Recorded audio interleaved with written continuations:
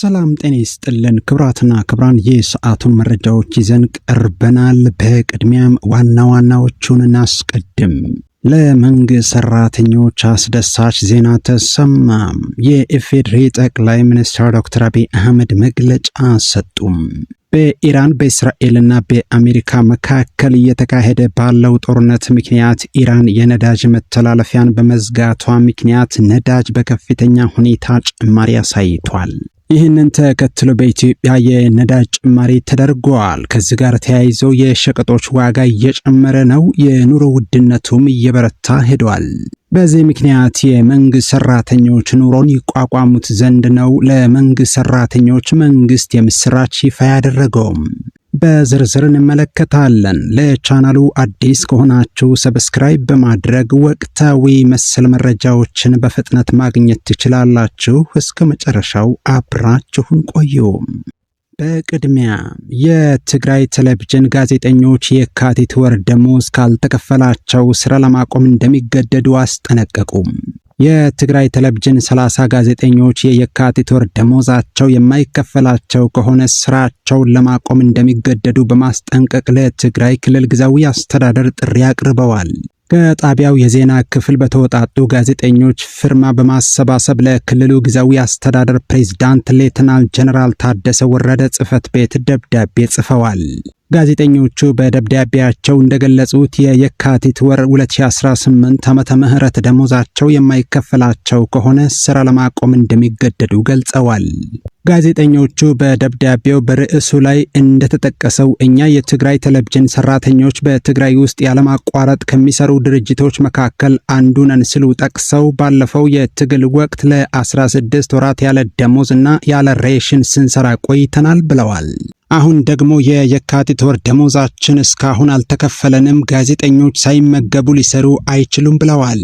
በጣቢያው የትግረኛ ዝግጅት ከፍተኛ ፕሮዲሰር የሆኑት ኤፍሬም ርዲሄ በሰጡት ቃል ጋዜጠኞች እየደረሰባቸው ያለውን እየጨመረ የመጣውን የገንዘብ ችግር ገልጸው ብዙዎቹ ሰራተኞች መሰረታዊ ወጪዎችን ለመሸፈን እየተቸገሩ መሆኑን ተናግረዋል።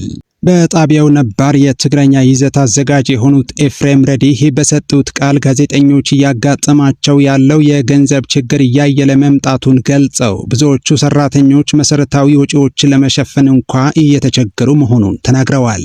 ሁኔታችን እጅግ አስቸጋሪ ሆኗል ያሉት ኤፍሬም በጣቢያው ውስጥ የነበረው የትራንስፖርት አገልግሎትም ተቋርጧል። ደሞዛችንን ካላገኘን ወደ ስራ ለመምጣት የትራንስፖርት ወጪ እንኳ መሸፈን አንችልም ብለዋል። የትግረኛ ይዘት አርታኢ የሆኑት ሁሉፍ ካሳሂ በበኩላቸው ጋዜጠኞች መረጃዎችን በማድረስና ዝግጅቶችን በማቅረብ ስራቸውን ቢቀጥሉም ለረጅም ጊዜ የገንዘብ ችግር ውስጥ መሆናቸውን ተናግረዋል። በከበባው ወቅት የነበረውን አስቸጋሪ ጊዜ ጨምሮ በአስቸጋሪ ጊዜዎች ምንም አይነት ክፍያ ሳናገኝ ስንሰራ ቆይተናል ያሉት ህሉፍ በዚህ ወቅት ደሞዝ ባይከፈልም የመንግስት ሰራተኞች እንደ ቤት ክራይ ያሉ ግዴታዎችን እንዲወጡ ይጠበቅባቸው ነበር። ይህ ጫና አሁንም ቀጥሏል ሲሉ ተናግረዋል። በጣቢያው የዲፓርትመንት መሪ የሆኑት ወያንቴ ቡዝነህ ተመሳሳይ ስጋቱን በማንጸባረቅ ጋዜጠኞች ራሳቸውን ለማስተዳደር እየተቸገሩ መሆኑን ገልጸዋል። ለሙያችንና ህዝብን ለማገልገል ቁርጠኞች ነን ያሉት ወያንቴ ነገር ግን መሰረታዊ ፍላጎቶች ባልተሟሉበት በእንደዚህ አይነት ሁኔታ ስራን መቀጠል የማይቻል እየሆነ መጥቷል ብለዋል። ጋዜጠኞቹ እስከ መጋቢት 9 ቀን 2018 ዓመተ ምህረት ከጊዜያዊ አስተዳደሩ ምላሽ እንደሚጠብቁ ገልጸዋል። አክሎም ምላሽ ካላገኙ ስራ እንደሚያቆሙ በደብዳቤ አስጠንቅቀዋል። የደብዳቤው ግልባጭ ለትግራይ ፋይናንስ ቢሮና ለትግራይ ሲቪል ሰርቪስ ቢሮ እንዲደርሳቸው ተደርጓል። ሚዲያችን የክልሉ ጊዜያዊ አስተዳደር የፋይናንስ ቢሮ ኃላፊ ወይዘሮ ምህረት በየነን ለማነጋገር ያደረገው ሙከራም ለጊዜው አልተሳካም። በሌላ በኩል ደግሞ በትግራይ ክልል የሚገኙ መምህራንም የረጅም ጊዜ የደሞዝ መዘግየት ምክንያት ተመሳሳይ የኢኮኖሚ ችግር እየገጠማቸው መሆኑን የትግራይ መምህራን ማህበር ገልጿል። ማህበሩ መጋቢት 4 ቀን 2018 ዓመተ ምህረት ባወጣው መግለጫ የካቲት ወር 2018 ዓመተ ምህረት ደሞዝ አለመከፈሉን ገልጾ የደሞዝ መዘግየቱ መምህራንን እየጨመረ ከመጣው የኑሮ ውድነትና የቤት ክራይ ዋጋ ጋር ተዳምሮ ለከፍተኛ የገንዘብ ጫና አጋልጧቸዋል ሲል አስጠንቅቋል። መምህራንና ቤተሰቦቻቸው በምግብ ራሳቸውን መቻል አልቻሉም ሲል የገለጸው መግለጫው ሁኔታው በመማር ማስተማር ሂደቱ ላይ ቀጥተኛ ተጽዕኖ ሊያሳድር እንደሚችል አሳስበዋል። ማህበሩ በመግለጫው በትግራይ ውስጥ ለ17 ወራት ያልተከፈለ ደሞዝ መኖሩን በማስታወስ ማህበራዊና ኢኮኖሚያዊ ጫናው በመምህራንና በቤተሰቦቻቸው ላይ እየደረሰ ያለው ጉዳት እየከፋ መምጣቱን ገልጿል። አክሎም የትግራይ መምህራን ህዝብን እያገለገሉ ነው። ይሁን እንጂ መምህራን ለ17 ወራት ደሞዝ ሳይከፈላቸው በመቆየታቸው ከቤተሰቦቻቸው ጋር ለተለያዩ ችግሮች ተጋልጠዋል ብለዋል። ማህበሩ ሰብአዊ ድርጅቶች መምህራንን እንዲደግፍ ጥሪ ያቀረበ ሲሆን ችግሩ የሚቀጥል ከሆነ የትምህርት ዘርፉ መስተጓጉል ሊያጋጥመው ስለሚችል የሚመለከታቸው አካላት የደሞዝ ጉዳዩን እንዲፈቱ አሳስበዋል።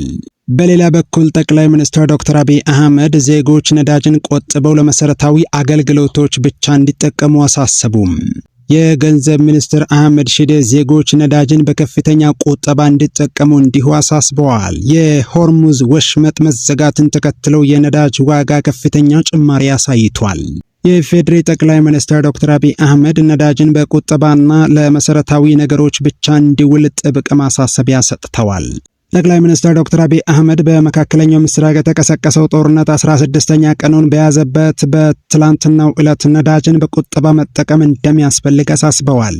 ጠቅላይ ሚኒስትሩ በይፋዊ ማህበራዊ ገጻቸው ባስተላለፉት አጭር መልእክት ነዳጅን ገዝተው የሚጠቀሙ ሀገራት መቸገራቸውን ገልጸው በቁጠባና ለመሰረታዊ ነገሮች ቅድሚያ በመስጠት መጠቀም አስፈላጊ መሆኑን ገልጸዋል። ባለፈው ሳምንት የገንዘብ ሚኒስትሩ አህመድ ሺዴ የተፈጠረው የነዳጅ አቅርቦት ሰንሰለት መስተጓጉል ምን ያህል ጊዜ እንደሚቆይ ስለማይታወቅ ህብረተሰቡና ተቋማት ነዳጅን በከፍተኛ ቁጠባ እንዲጠቀሙ አሳስበው ነበር። በጦርነቱ ምክንያት የታየውን የነዳጅ ዋጋ ጭማሪ አስፈሪ ሲሉ የገለጹት የገንዘብ ሚኒስትሩ መንግስት በቅርቡ ተጨማሪ የነዳጅ ቁጠባ እርምጃዎችን ይፋ እንደሚያደርግ አስታውቀዋል። ጠቅላይ ሚኒስትር ዶክተር አብይ አህመድ በማህበራዊ ሚዲያቸው ላይ የነዳጅ አከፋፋዮችም ሆኑ ተጠቃሚዎች እንዲሁም ማደያዎች ለመሰረታዊ አገልግሎት ቅድሚያ እንዲሰጡና በቁጠባ እንዲጠቀሙ አሳስበዋል። በመካከለኛው ባህረ ሰላጤ ሀገራት ጦርነት ከተቀሰቀሰ ወዲህ የዓለም 20 በመቶ ነዳጅ የሚተላለፍበት የሆርሙዝ ወሽመጥ በመዘጋቱ የተነሳም በተጨማሪም በጦርነቱ የኢራንና የሌሎች መካከለኛው ምስራቅ ሀገራት የነዳጅ መሰረተ ልማቶች ጥቃት ስለተፈጸመባቸው የነዳጅ ዋጋ ከፍተኛ ጭማሪ አሳይቷል።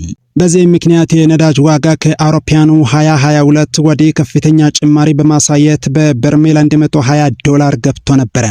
ይህንንም ተከትሎ የዓለም አቀፉ ኢነርጂ ኤጀንሲ ከፍተኛ መጠን ያለውን ነዳጅ ክምችቱን በማውጣት ለኤሲያ እንዲሁም ለኦሸኒያ ሀገራት በዛሬው ዕለት እንደሚያከፋፍል ይፋ አድርጓል። የዓለም 1/5 የነዳጅ አቅርቦት የሚተላለፍበት የሆርሙዝ የባህር ወሽመጥ መዘጋትን ተከትለው የነዳጅ ዋጋ መጨመሩን ዛሬም እንደቀጠለ መሆኑን መረጃዎች ያሳያሉ። እሁድ ዕለት በዓለም አቀፍ ገበያ የብሬንት ድፍድፍ ነዳጅ ዋጋ እስከ 3 በመቶ ጭማሪ በማሳየት በበርሜል $106 ተሽጧል።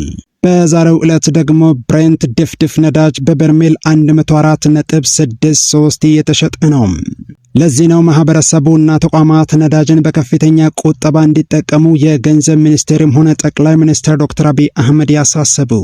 በመካከለኛው ምስራቅ እየተካሄደ ባለው ጦርነት ነዳጅ ከፍተኛ ጭማሪ አሳይቷል። ይህንን ተከትሎ ነዳጅ ላይ ጭማሪ በኢትዮጵያም ተደርገዋል። ነዳጅ ጭማሪው ከተደረገ በኋላ ሸቀጣ ሸቀጥ በከፍተኛ ሁኔታ ጭማሪ አሳይቷል። ይህንን የዋጋ ጭማሪ ይቋቋሙ ዘንድ ለመንግስት ሰራተኞች ደሞዝ እንደሚጨመር በግልጽ እየተነገረ ነው። መረጃውን እየተከታተለን ወደ እናንተ ስለምናደርስ ቻናሉን ሰብስክራይብ ብታደርጉ ቪዲዮ ስንለቅ በፍጥነት ለእናንተ ይደርሷችኋል።